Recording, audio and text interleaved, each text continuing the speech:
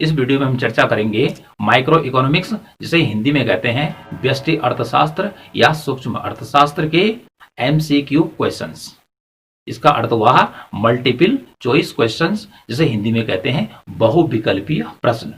ये जो प्रश्न है ये परीक्षा की दृष्टि से बहुत ही महत्वपूर्ण होने वाले हैं। आप देख रहे हैं त्रिशूल एजुकेशन और मैं हूं विनोद मिया। एक छोटा सा उदाहरण आपको बताता हूं। यदि हम अपनी संपत्ति का आधा भाग किसी को फ्री में दे देते हैं तो आधी संपत्ति हमारी कम हो जाती है, और बाकी बची हुई संपत्ति को भी हम फ्री में दे देते हैं तो पूरी संपत्ति हमारी क्या हो जाती है, खत्म हो जाती है, और आदमी क्या बन जाता है, भिखारी बन जाता है। लेकिन ज्ञान ही एक ऐसी चीज है कि इसको जितना भी बांटो, जितना शेयर करो, यह कम नहीं होने वाला है, बल्कि जो इसको शेयर करता है उसका ज्ञान उतना ही ज्यादा बढ़ता चला जाता है। इसलिए मेरी आपसे रिक्वेस्ट है, यदि आपको त्रिशूल एजुकेशन पे हमारे जो इकोनॉमिक्स के वीडियो हैं या जो अन्य सब्जेक्ट के वीडियो है, यदि आपको अच्छे लगते हैं तो प्लीज इनको शेयर कीजिए। इससे आपका ज्ञान कम होने वाला नहीं है, बल्कि इससे आपका ज्ञान बढ़ेगा, उसमें वृद्धि होगी। तो ज्यादा समय न गंवाते हुए सीधे चलते हैं अपने एमसीक्यू क्वेश्चंस पर। पहला प्रश्न है, अर्थशास्त्र का पिता कहते हैं। इसके लिए 4 विकल्प दिए गए हैं। ए प्रोफेसर मार्शल, बी रोबिन्स, सी पिगू और डी एडम स्मिथ। तो सही उत्तर है डी एडम स्मिथ। तो जो अर्थशास्त्र का पिता या जनक कहलाता है वह एडम स्मिथ कहलाता है, क्योंकि इसी ने ही अर्थशास्त्र को एक विषय के रूप में दुनिया के सामने सबसे पहले रखा था। ओके, सेकंड क्वेश्चन है, अर्थशास्त्र पुस्तक किसने लिखी। इसके भी 4 ऑप्शन है। ए प्रोफेसर मिल, बी जेविसे, सी कौटिल्य और डी प्रोफेसर रोबिन्स। सही आंसर है सी कौटिल्य, जिसे कि चाणक्य के नाम से भी जाना जाता है। इन्हीं के द्वारा ही अर्थशास्त्र नामक पुस्तक लिखी गई थी। तो सामान्य लोग क्या समझते हैं कि एडम स्मिथ अर्थशास्त्र का जनक कहा जाता है, इसलिए उसी ने अर्थशास्त्र पुस्तक लिखी होगी। लेकिन अर्थशास्त्र जो पुस्तक है ये भारतीय अर्थशास्त्री भी है, भारतीय दार्शनिक हुए हैं, भारतीय राजनीतिक गुरु हुए हैं चंद्रगुप्त मौर्य के, इन्होंने ही ये पुस्तक लिखी थी। इसलिए हमारा सही आंसर है सी कौटिल्य। अगला क्वेश्चन लेते हैं, तीसरे नंबर का। अर्थव्यवस्था की केंद्रीय समस्याएं हैं। ए किन किन वस्तुओं का उत्पादन किया जाए और कितनी मात्रा में। बी वस्तुओं का उत्पादन कैसे करते हैं। सी वस्तुओं का उत्पादन किसके लिए किया जाए। डी केवल ए और बी, ई केवल बी और एफ केवल ए बी सी। और हमारा सही उत्तर है एफ, अर्थात ए बी सी तीनों क्या है, सही है। अर्थात अर्थव्यवस्था की 3 केंद्रीय समस्याएं हैं कि किन किन वस्तुओं का उत्पादन किया जाए और कितनी मात्रा में किया जाए। दूसरा है वस्तुओं का उत्पादन कैसे करते हैं, और तीसरा है वस्तुओं का उत्पादन किसके लिए किया जाए। 4th नंबर का क्वेश्चन हमारे पास है, बजट रेखा का समीकरण है। इसके भी 4 विकल्प दिए गए हैं। A P1x1 is equal to M, B P1x1 plus P2x2 is equal to M, C P2x2 is equal to M और D B is equal to M. तो हमारा जो सही आंसर है वह है B, P1x1 plus P2x2 is equal to M. P1 है, P1 का मीनिंग है पहली वस्तु का प्राइस, और जो x1 है वो है पहली वस्तु, और प्लस हो गया P2 दूसरी वस्तु का मूल्य। 5वां क्वेश्चन लेते हैं, पूरक वस्तुएं हैं। इसके भी 5 विकल्प दिए गए हैं। ए चीनी और गुड़, बी मक्खन और चीनी, सी जूता और मोजा, डी कलम और स्याही, ई सी और डी दोनों। तो यहां पर जो हमारा सही आंसर है वह है ई, अर्थात सी और डी। सी में क्या है, जूता और मोजा, और डी में है कलम और स्याही। तो इस प्रकार से 5वें प्रश्न का जो विकल्प है वह ई वाला सही है।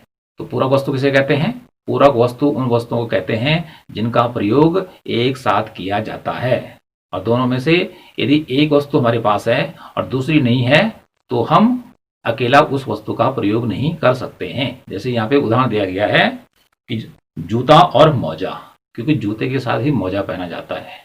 अब ऐसा तो नहीं है कि कोई मोजा पहनकर क्या करें, ये सॉक्स पहनकर मार्केट निकल गया और जूता पहना ही नहीं हुआ।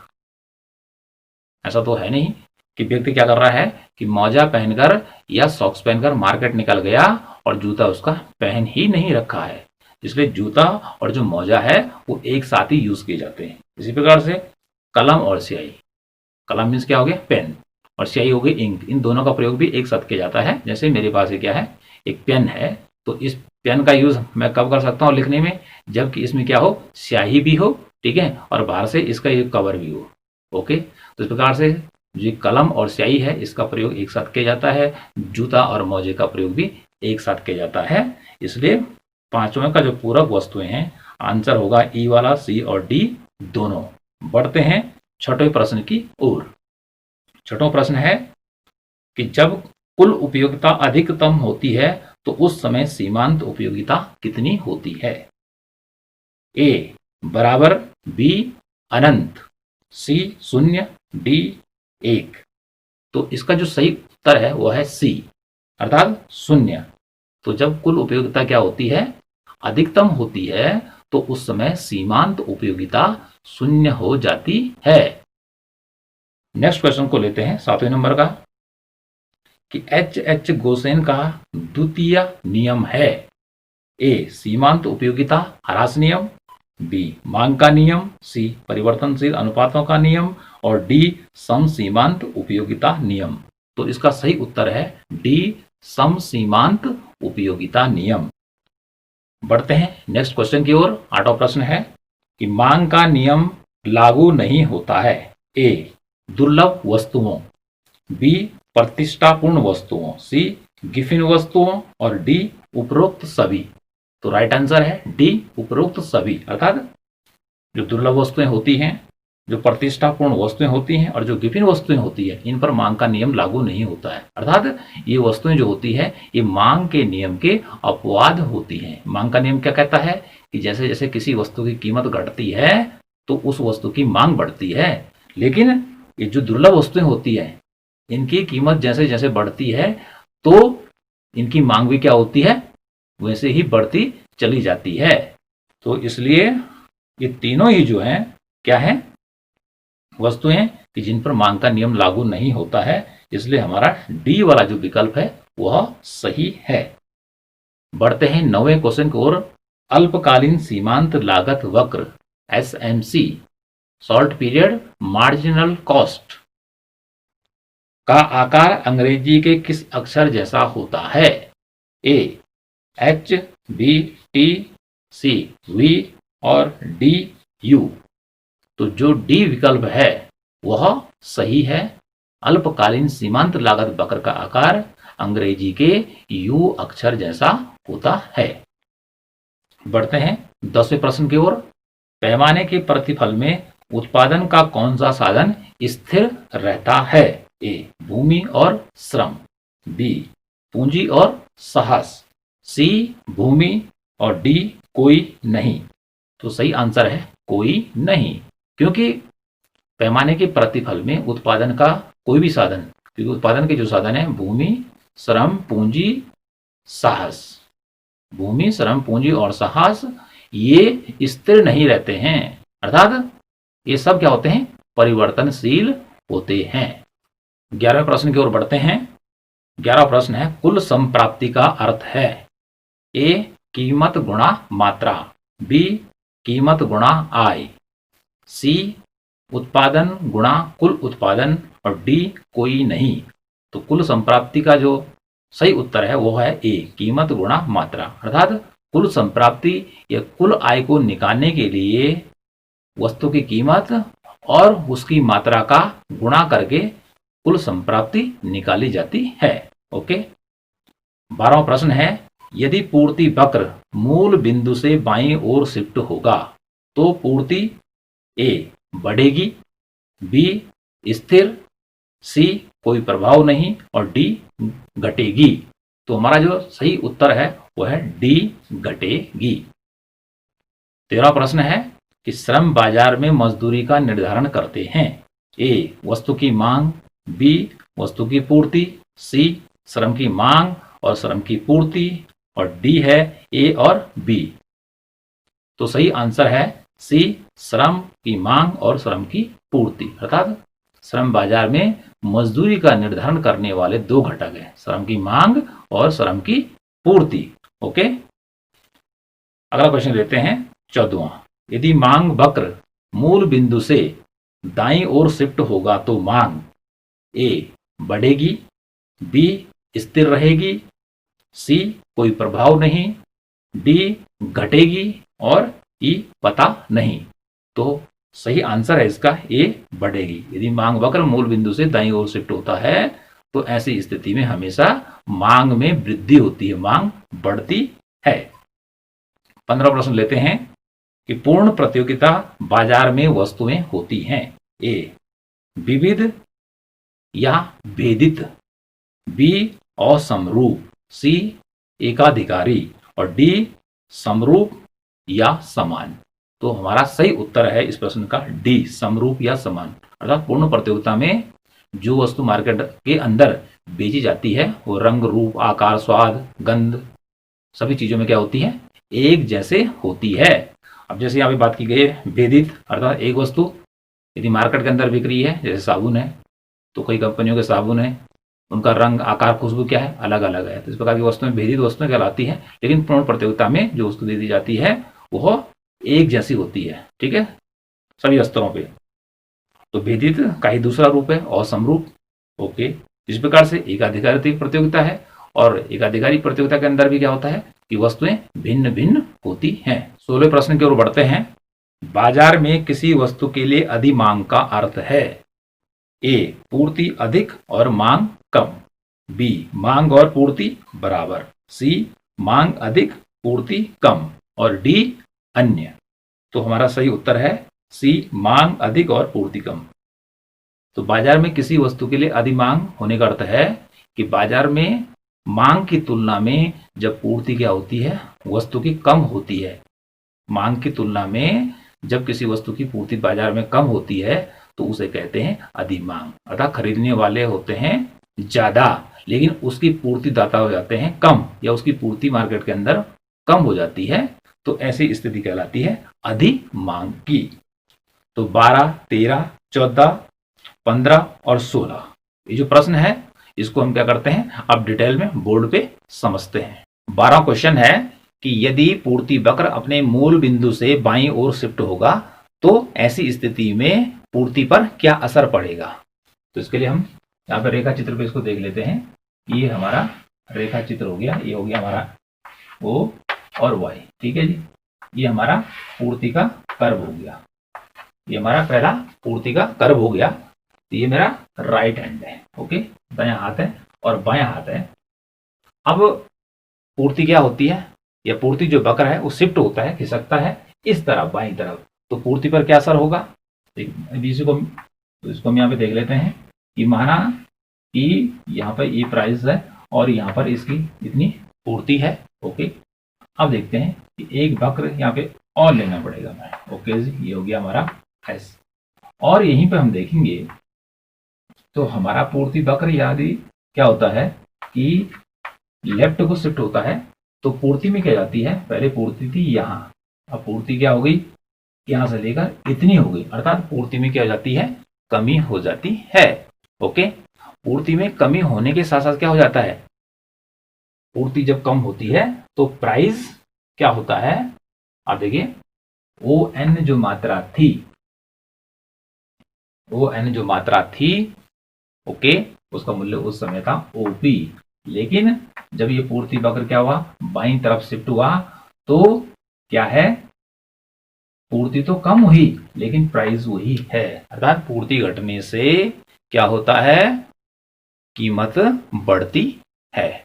13 क्वेश्चन लेते हैं कि श्रम बाजार में मजदूरी कहां पर निर्धारित होती है। तो श्रम बाजार में मजदूरी को भी देख लेते हैं रेखा चित्र में, कहां पे निर्धारित होती है या कैसे निर्धारित होती है। ओके, तो ये हमारा हो गया डी डी, ठीक है, डीएल डीएल, इसमें हो गया डिमांड ऑफ लेबर का ये कर्व हो गया। ओके जी, और यहां से हमारा चला जाएगा सप्लाई का कर्व, ठीक है, ऐसे supply of labour, supply of labour. तो इस प्रकार से यहाँ पर क्या हो जाएगा कि जहां पर ये एक दूसरे को क्या करेंगे, काटेंगे इस बिंदु पर, ठीक है। तो यहां पर क्या होगा, मजदूरी का निर्धारण होगा, अर्थात श्रम बाजार में वहां पर मजदूरी निर्धारित होती है या मजदूरी को निर्धारित करने वाले दो घटक हैं। एक है ये श्रम की मांग और श्रम की पूर्ति का वक्र, और यहाँ पर हम श्रम की क्या करते हैं, डिमांड, और यहाँ पे हो गया सप्लाई। यहाँ पे क्या हो जाती है, डिमांड और सप्लाई यहाँ तक है, तो यहाँ पर ये दोनों वक्र एक दूसरे को क्या कर रहे हैं, काट रहे हैं, एक दूसरे के बराबर हो जा रहे हैं। इसलिए यहाँ पर हमारी जो मजदूरी होगी वो OW हो जाएगी। 14 क्वेश्चन लेते हैं कि यदि मांग वक्र दाईं तरफ शिफ्ट होगा तो मांग पर क्या प्रभाव पड़ेगा। इसको भी यहाँ पे रेखा चित्र पे समझ लेते हैं। यहाँ पे हमारा प्राइस हो गया, यहाँ पे हमारा डिमांड हो गया, ठीक है जी। ये हमारा एक डिमांड कर्व हो गया सबसे पहले। अब डिमांड कर्व क्या होता है, ये बाएं से ये दाईं तरफ शिफ्ट होता है, तो इससे क्या होगा, ये हो गया D1। तो जब भी क्या होता है कि जो मांग वक्र है वह अपने मूल बिंदु से दाईं तरफ शिफ्ट होगा, तो ऐसे में क्या होगा, डिमांड बढ़ेगी किसी वस्तु की। कैसे बढ़ेगी, यहाँ पे देख लेते हैं। यहाँ पे देखिए ON पर, ठीक है, OP क्या है, प्राइस है, और ON किसी वस्तु की मात्रा है। ओके, अब यहीं पे देख लीजिए कि यहां से इसी प्राइस पे यहां देखिए, ओके, कि डिमांड क्या होगी है, बढ़ जाएगी, ठीक है। तो उससे क्या होगा कि मांग क्या हो जाएगी, बढ़ जाएगी। यहाँ पे देखिए पहले इतनी थी, अब जब मांग वक्र इधर की तरफ शिफ्ट हुआ, नया मांग का वक्र बना DD1, तो इतनी मांग में क्या होगी, वृद्धि हो गई, लेकिन प्राइस अपनी जगह वहीं खड़ा है। 16 क्वेश्चन है कि बाजार में किसी वस्तु की अधिमांग कब होती है। तो अधिमांग कब होगी, जब पूर्ति कम होगी और मांग ज्यादा होगी, अर्थात वस्तु का बाजार में जो विक्रेता है और उसके पास वस्तु कम है, उसकी पूर्ति कम है, माना उसके पास 10 क्विंटल है, ठीक है, और मांगने वाले 50,000 आ गए, तो ऐसी स्थिति में क्या होगा, पूर्ति हो जाएगी कम और मांग हो जाएगी अधिक, तो इसे कहते हैं अधिमांग। तो इसको रेखा चित्र में समझ लेते हैं कि अधिमांग की पोजीशन कैसे आती है। ये X हो गया, ठीक है। जैसे हम जानते हैं कि किसी भी जो वस्तु का जो मूल्य है वह मांग और पूर्ति की शक्तियों के द्वारा निर्धारित होता है। ओके जी, यहाँ पे देखिए P ON वस्तु की मांग और पूर्ति है, और OP क्या है, प्राइस है। अब यहाँ पे देखिए कि जो ये सप्लाई कर्व है ये वाला, और ये हमारा डिमांड का कर्व है, तो यदि हम इसको यहाँ से यहाँ मिलाते हैं तो A और B, यहाँ पे देखिए यहाँ से और यहाँ, तो सप्लाई हमारी कहाँ पे है, यहाँ पे है, ठीक है, और डिमांड हो गई इतनी आगे, अगर सप्लाई का वक्र इतनी पीछे चल रहा है और डिमांड का वक्र B पे है, तो सप्लाई तो हमारी यहाँ पे है। ओके, हमारा बात ये N1 है और ये N2 है, तो N1 सप्लाई है और N2 क्या है, यहाँ पर वस्तु की मांग है। ओके, तो इस प्रकार से सप्लाई की तुलना में अर्थात पूर्ति की तुलना में डिमांड ज्यादा है, तो इसे ही कहते हैं अधिमांग। अगला प्रश्न लेते हैं 17 नंबर का। एकाधिकार का अर्थ है A वस्तु का एक उत्पादक, B वस्तु के अनेक उत्पादक, C समान कीमत वाला, और D उपरोक्त सभी। तो एकाधिकार का अर्थ है A ऑप्शन हमारा सही है कि वस्तु का एक उत्पादक, अर्थात एकाधिकारी या एकाधिकार की स्थिति में क्या होता है कि वस्तु का एक ही उत्पादक होता है, एक ही बेचने वाला होता है। ओके, और बढ़ते हैं 18 क्वेश्चन की ओर। जो 18 नंबर का क्वेश्चन है वह है अपूर्ण प्रतियोगिता की अवधारणा दी। तो अपूर्ण प्रतियोगिता की अवधारणा किसने दी? ए ऑप्शन है श्रीमती जॉन रॉबिन्सन, बी है डॉक्टर जॉन, सी है एडम स्मिथ, और डी है कोई नहीं। तो राइट आंसर है ए श्रीमती जॉन रॉबिन्सन। अगले क्वेश्चन है हमारे पास 19 नंबर का कि वस्तु विभेदीकरण होता है ए पूर्ण प्रतियोगिता में, बी अपूर्ण प्रतियोगिता में, सी मांग के नियम में, डी उपरोक्त सभी में।